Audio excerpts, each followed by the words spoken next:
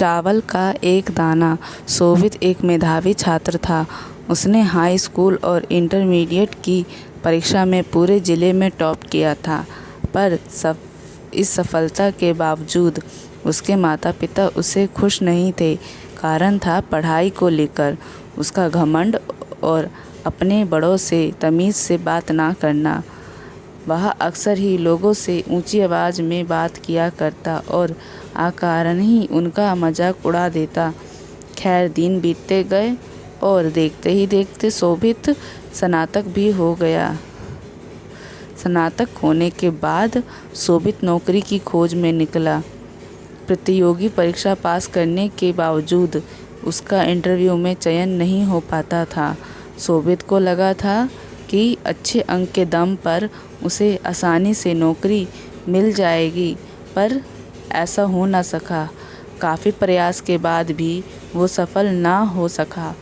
हर बार उसका घमंड, बात करने का तरीका इंटरव्यू लेने वाले को अखर जाता और वो उसे ना लेते। निरंतर मिल रही असफलता से शोभित हताश हो चुका था, पर अभी भी उसे समझ नहीं आ रहा था कि उसे अपना व्यापार बदलने की आवश्यकता है। एक दिन रास्ते में शोभित की मुलाकात अपने स्कूल के प्रिय अध्यापक से हो गई। वह उन्हें बहुत मानता था और अध्यापक भी उसे बहुत स्नेह करते थे। शोभित ने अध्यापक को सारी बात बताई। चूँकि अध्यापक शोभित के व्यवहार से परिचित थे, तो उन्होंने कहा कि कल तुम मेरे घर आना, तब मैं तुम्हें इसका उपाय बताऊंगा। शोभित अगले ही दिन मास्टर साहब के घर गया। मास्टर साहब घर पर चावल पका रहे थे। दोनों आपस में बात ही कर रहे थे कि मास्टर साहब ने शोभित से कहा, जाके देख के आओ कि चावल पके कि नहीं। शोभित अंदर गया। उसने अंदर से ही कहा कि सर, चावल पक गए हैं, मैं गैस बंद कर देता हूँ।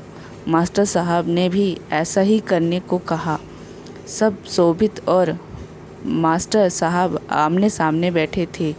मास्टर साहब शोभित की तरफ मुस्कुराते हर बोले, शोभित, तुम्हें कैसे पता लगाया कि चावल पक गए हैं? शोभित बोला, ये तो बहुत आसान था।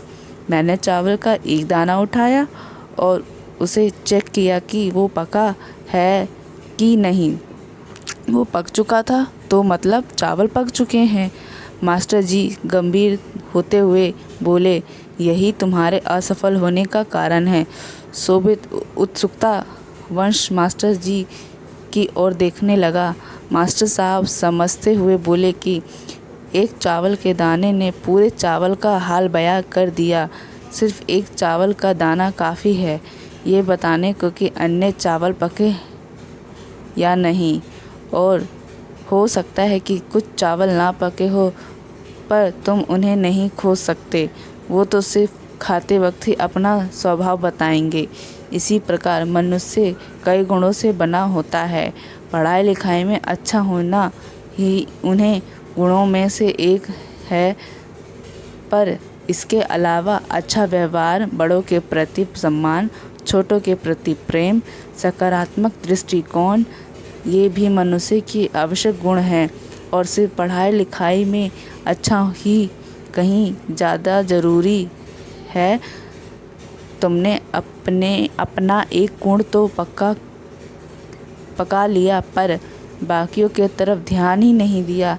इसीलिए जब कोई तुम्हारा इंटरव्यू लेता है तो तुम उसे कहीं से पके और कहीं से कच्चे लगते हो, और अधपके चावल की तरह ही कोई इस तरह के कैंडिडेट से भी पसंद नहीं करता। शोभित को अपनी गलती का एहसास हो चुका था। वो अब मास्टर जी के यहाँ से नहीं एनर्जी लेके जा रहा था। तो दोस्तों, हमारे जीवन में भी कोई ना कोई बुराई होती है, जो हो सकता है हमें खुद नज़र ना आती हो, पर सामने वाला बुराई तुरंत भांप लेता है। अतः हमें निरंतर यह प्रयास करना चाहिए कि हमें गुणों में से बना चावल का एक एक दाना अच्छी तरह से पका हो, ताकि कोई हमें कहीं से चखे उसे हमारे अंदर पका हुआ दाना ही लगे। यह कहानी अच्छी लगी हो तो प्लीज़ लाइक, सब्सक्राइब और शेयर ज़रूर कीजिएगा।